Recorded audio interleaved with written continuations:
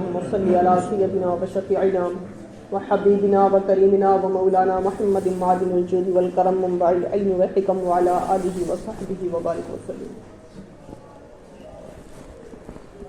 عزیزان گرامی، اس وقت ہم جہاں حاضر ہیں، ان مسجدوں کے بارے میں فرمایا گیا کہ دنیا میں اللہ کو سب سے زیادہ محبوب جگہ وہ مسجدیں ہیں، اور اللہ رب العالمین کی سب سے زیادہ ناپسندیدہ جگہ وہ بازار ہے. تو یہ مسجدیں جن میں ہم اللہ رب العالمین کے ذکر کے لیے حاضر ہوتے ہیں، جو اللہ کے ذکر کے لیے بنائی جاتی ہیں، یہ ساری دنیا میں اللہ رب العالمین کی سب سے زیادہ محبوب جگہ ہیں. تو اگر اللہ رب العالمین کی رضا طلب کرنی ہو تو ان مسجدوں میں انسان آئے اور اللہ رب العالمین کی رضا طلب کرے. اسی لیے فرمایا گیا کہ جس کو مسجدوں میں آتا جاتا دیکھو اس کے ایمان کے گواہ ہو جاؤ. یعنی جو مسجدوں میں آتا جاتا ہے، 5 وقتہ نماز کا پابند ہے، جماعت کی پابندی کرتا ہے، مسجدوں سے اس کا دل لگا رہتا ہے، تو وہ بندہ کوئی عام بندہ نہیں، وہ بندہ وہ ہے جس کے دل میں اللہ نے ایمان کو راسخ فرما دیا ہے. تو آقا علیہ الصلوۃ والسلام نے فرمایا کہ جس کو مسجدوں میں آتا جاتا دیکھو اس کے ایمان کے گواہ ہو جاؤ. اللہ اکبر. جو مسجدوں میں آتا جاتا ہے اس کے لیے دوسرے مسلمانوں کو گواہ بنایا جا رہا ہے کہ اس مسلمان کے ایمان کے گواہ ہو جاؤ. ایک مرتبہ آقا علیہ الصلوۃ والسلام نے صحابہ اکرام سے فرمایا کہ جب جنت کے باغوں کے پاس سے گزرا کرو تو جنت کے پھلوں کو چن لیا کرو. صحابہ نے عرض کیا یا رسول اللہ یہ جنتی باغ کون سے ہیں؟ تو پیارے آقا صلی اللہ علیہ وسلم نے ارشاد فرمایا یہ مسجدیں یہ جنت کے باغ ہیں. صحابہ نے عرض کیا یا رسول اللہ یہ جنتی پھل کیا ہیں؟ تو فرمایا سبحان اللہ، اللہ اکبر، الحمدللہ، لا الہ الا اللہ. یہ جو اللہ رب العالمین کے ذکر ہیں یہ جنتی پھل ہیں. تو جب جنت کے باغوں سے گزرو یعنی مسجدوں کے پاس سے گزر ہو تو مسجدوں میں بیٹھ کر کچھ دیر اللہ کا ذکر کر لیا کرو.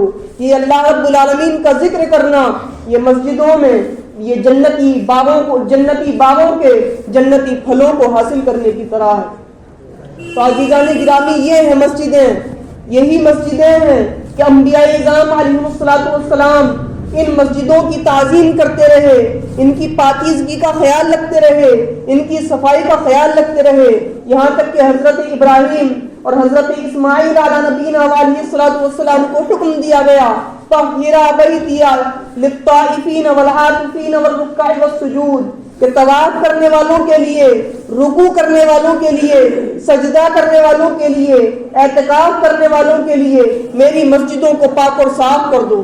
اللہ اکبر. یہ حکم قرآن عظیم میں اللہ رب العالمین نے فرمایا ہے. یہ حکم حضرت ابراہیم اور حضرت اسماعیل اللہ رب العالمین کے معزز پیغمبروں کو دیا گیا تھا کہ میری مسجد کو جو طواف کرنے کے لیے، رکوع اور سجود کرنے کے لیے لوگ آئیں گے ان کے لیے میری مسجد کو پاک اور صاف کر دو. ایک مرتبہ سرکار دو عالم صلی اللہ علیہ وسلم مسجد میں تشریف لائے تو مسجد میں آنے کے بعد دیکھا کہ مسجد کی دیوار پر کہیں تھوک لگا ہوا ہے. تو آقا علیہ الصلوۃ والسلام نے ایک لکڑی لی اور خود اس جگہ کو صاف کرنے لگے اور فرمایا کہ مسجدوں کو ان تھوک سے پاک رکھو. یعنی مسجد میں کوئی بھی ایسی آلودہ چیز، کوئی بھی گندی چیز نہیں آنی چاہیے جو مسجد کے آداب کے خلاف ہو. تو عزیزان گرامی یہ اہمیت ہے ان مساجد کی. ضرورت ہے کہ ہم ان مسجدوں کی اہمیت کو سمجھیں اور ان اہمیت کو سمجھنے کے بعد اس کا خیال رکھیں. مسجد کی اہمیت کا یہاں تک حکم ہے کہ انسان مسجد کو ہر طرح کی بدبودار چیز سے محفوظ رکھے.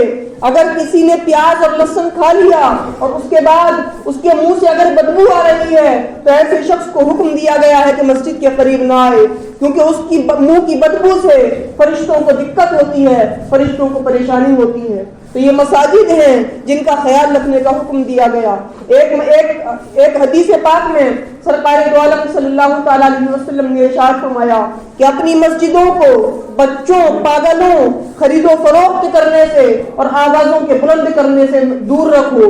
یعنی مسجدوں میں ایسے بچوں کو لانا جو بچے مسجد میں آنے کے بعد مسجد کے آداب کا خیال نہ رکھ سکیں، مسجد میں آنے کے بعد شور و غل کریں، مسجد میں آنے کے بعد ناپاکی پھیلائیں، ایسے بچوں کو مسجد سے دور رکھنے کا حکم دیا گیا ہے۔ وہ لوگ جو پاگل ہو چکے ہیں، مسجد کے آداب کا خیال نہیں رکھ سکتے، ایسے لوگوں کو مسجد میں لانے سے منع کیا گیا ہے۔ مسجد میں خرید و فروخت کرنے سے منع کیا گیا، بلکہ ایک حدیث پاک میں تو یہاں تک آیا کہ سرکار دو عالم صلی اللہ علیہ وسلم نے فرمایا کہ اگر کسی کو مسجد میں خرید و فروخت کرتا ہوا دیکھو تو اس سے کہہ دو کہ اللہ رب العالمین تمہاری تجارت میں نفع نہ دے۔ یعنی جہاں عام طور سے بد دعا دینے سے منع کیا گیا ہے، وہاں حکم یہ ہے کہ اگر مسجد میں کسی کو خرید و فروخت کرتا ہوا دیکھو تو اس سے کہہ دو کہ تیری تجارت میں نفع نہ ہو۔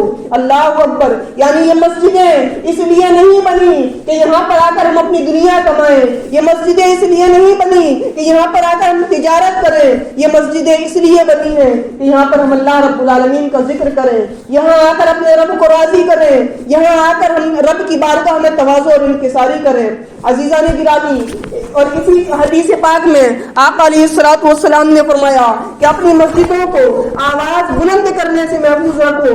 یعنی مسجد میں آنے کے بعد کسی بھی طریقے کی آواز بلند نہیں ہونی چاہیے۔ مسجد میں انسان آئے تو اللہ رب العالمین کا ذکر کرے، مسجد میں آئے تو نمازیں پڑھے، تلاوت قرآن کرے۔ حد تو یہ ہے کہ بلند آواز سے ذکر بھی ایسے وقت میں نہیں کر سکتا جب دوسرے لوگوں کو تکلیف ہو رہی ہو۔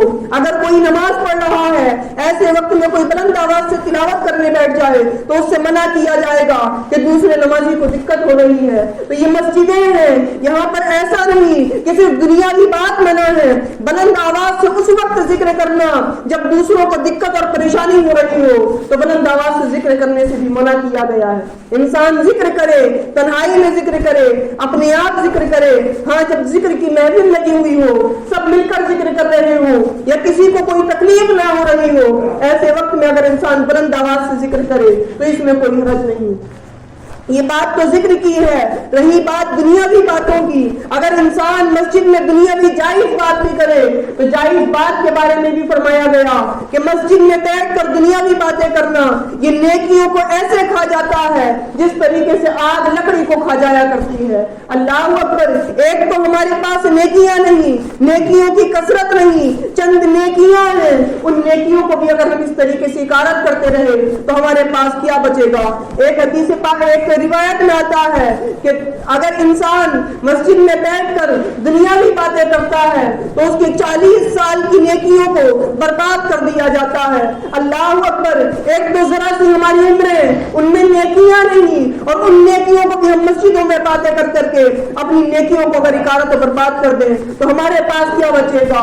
ایک حدیث پاک میں فرمایا کہ اگر انسان مسجد میں بیٹھ کر جائز باتیں کرتا ہے تو یہ اسی طریقے سے اس کی نیکیوں کو کھا جاتا ہے جس طریقے سے جانور گھاس پھوس کو کھا جاتا ہے۔ تو عزیزان گرامی، یہ مسجدیں دنیاوی باتیں کرنے کے لیے نہیں، یہ حکم تو اس وقت ہے کہ اگر انسان مسجد میں بیٹھ کر جائز باتیں کر رہا ہو تو جائز باتیں کرنے کے باوجود جائز باتیں کرنا بھی مسجد میں اس طریقے سے ناجائز ہے کہ اس کا اگر انسان مسجد میں بیٹھ کر جائز دنیاوی باتیں کرے تو یہ دنیاوی جائز باتیں کرنا اس کی نیکیوں کو کھا جاتا ہے۔